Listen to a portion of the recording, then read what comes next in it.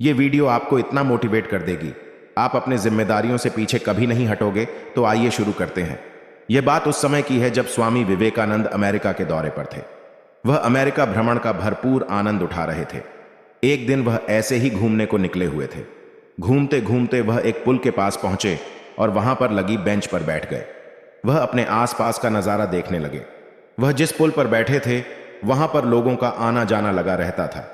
नीचे एक विशाल नदी बह रही थी। अचानक स्वामी विवेकानंद की नजरें तीन मित्रों पर पड़ी। वह युवा काफी ऊर्जावान दिख रहे थे। वह तीनों एक ही काम में उलझे हुए थे। स्वामी जी ने देखा कि वह तीनों नदी में बह रहे अंडों से खेलने में व्यस्त थे। स्वामी जी को समझ में नहीं आया कि आखिर वह किस तरह का खेल खेल रहे थे। स्वामी जी उनके नजदीक गए तो पाया कि वह तीनों अपनी बंदूक से अंडों पर निशाना लगाने की पूरी मशक्कत कर रहे थे।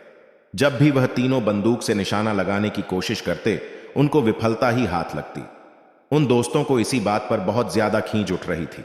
उन्होंने सोचा कि क्योंकि वह बार बार विफल हो रहे हैं, इसलिए उन्हें निशाना लगाना छोड़ देना चाहिए।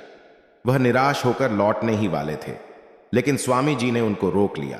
उन्होंने उन तीनों दोस्तों से कहा कि वह भी बंदूक से निशाना लगाकर देखना चाहते हैं।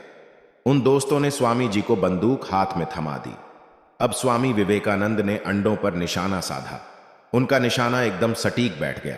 स्वामी विवेकानंद का सटीक निशाना देखकर उन तीनों दोस्तों को बहुत आश्चर्य हुआ।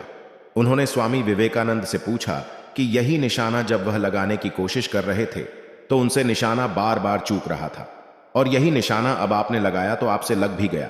इसका कारण क्या है स्वामी जी? स्वामी विवेकानंद ने कहा कि जीवन में सदैव एक चीज याद रखो कि आप जो कोई भी काम करो उसे पूरा मन लगाकर करो। जब हम जीवन में ऐसा करना सीख जाते हैं तो हमारा जीवन महान बन जाता है। ऐसे में हम मुश्किल से मुश्किल परिस्थितियों से भी बाहर निकल जाते हैं। फिर स्वामी विवेकानंद जी ने उन अमरीकी बच्चों को बताया कि भारत देश में सभी को बचपन से ही सिखाया जाता है कि कैसे हम अपने लक्ष्यों को प्राप्त कर सकते हैं। सा कहते ही उन तीनों दोस्तों ने स्वामी विवेकानंद को प्रणाम किया। तो कैसी लगी आपको हमारी कहानी? अगर अच्छी लगी हो तो लाइक और शेयर जरूर करना। धन्यवाद।